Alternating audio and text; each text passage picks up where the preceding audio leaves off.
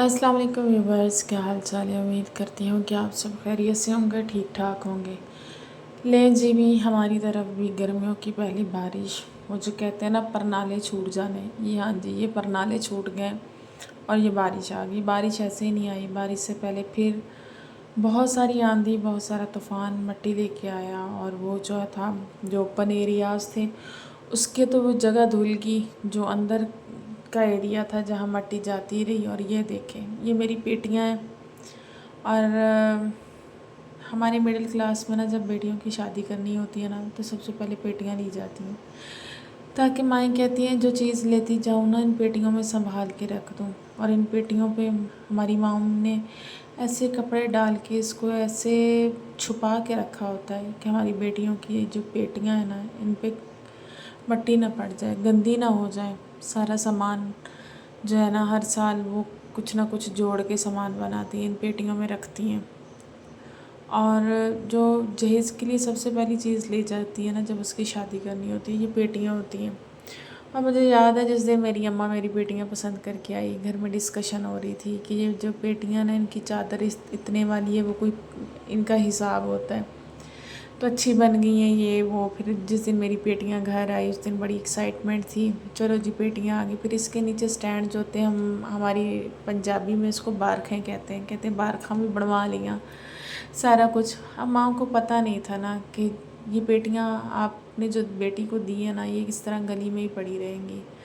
और ये हमारी गैलरी है और इस गैलरी में ये मेरी पेटियाँ पड़ी हुई हैं। जब मट्टी आती है, आंधी आती है और हमारे एरिया में बहुत ज़्यादा आंधी तूफ़ान आता है, बारिश बहुत कम आती है।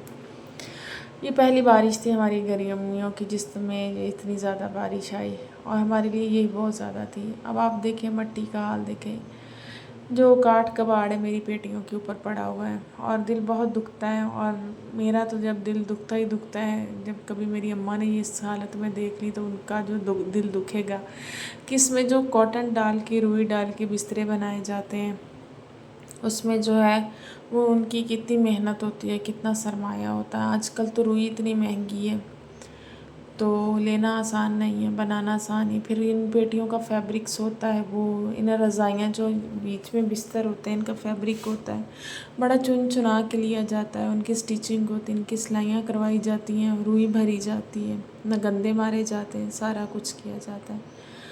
खैर मैं कहती हूँ कि जब अल्लाह अपना घर देता है ना बेटी को, तब तक उसके सामान की ना एंड हुई होती है, तब वो सामान उसके नए घर में रखने के काबिल ही नहीं रहता।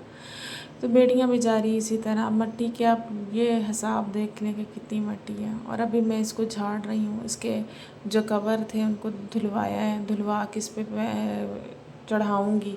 और जो मट्टी है जो आंधी है ना वो फिर आएगी और फिर मेरी पेटियाँ जैसी तरह हो जाएंगी। जो औरत है ना वो चाँद से चक्कर लगाए ना तो आग के वो जो पहला काम करती है वो किचन में जाती है। तो हमारे भी मुड़ तुड़ के हम लोग किचन में ही आते हैं।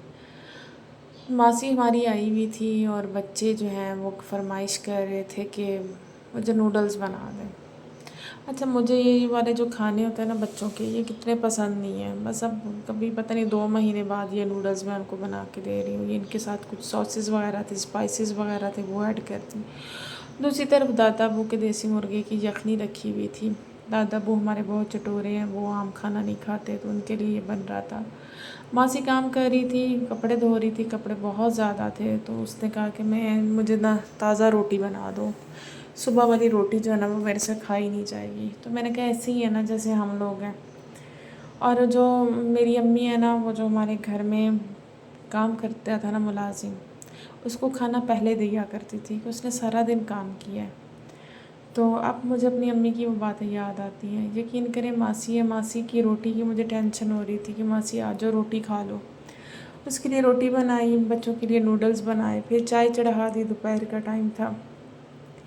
और उसके साथ ये हमारा दोपहर का जो लंच था कंप्लीट हुआ, बच्चों के लिए नूडल्स बना के उनको दी। उम्मीद करती हूँ आपको मेरी सारी वीडियोस अच्छी लगती होंगी। अगर आप मेरे चैनल पे पहली दफ़ा आएँ तो मेरे चैनल को सब्सक्राइब करना मत भूलिएगा, दुआओं में याद रखिएगा। इसके साथ इजाज़त दीजिए, अल्लाह हाफिज़।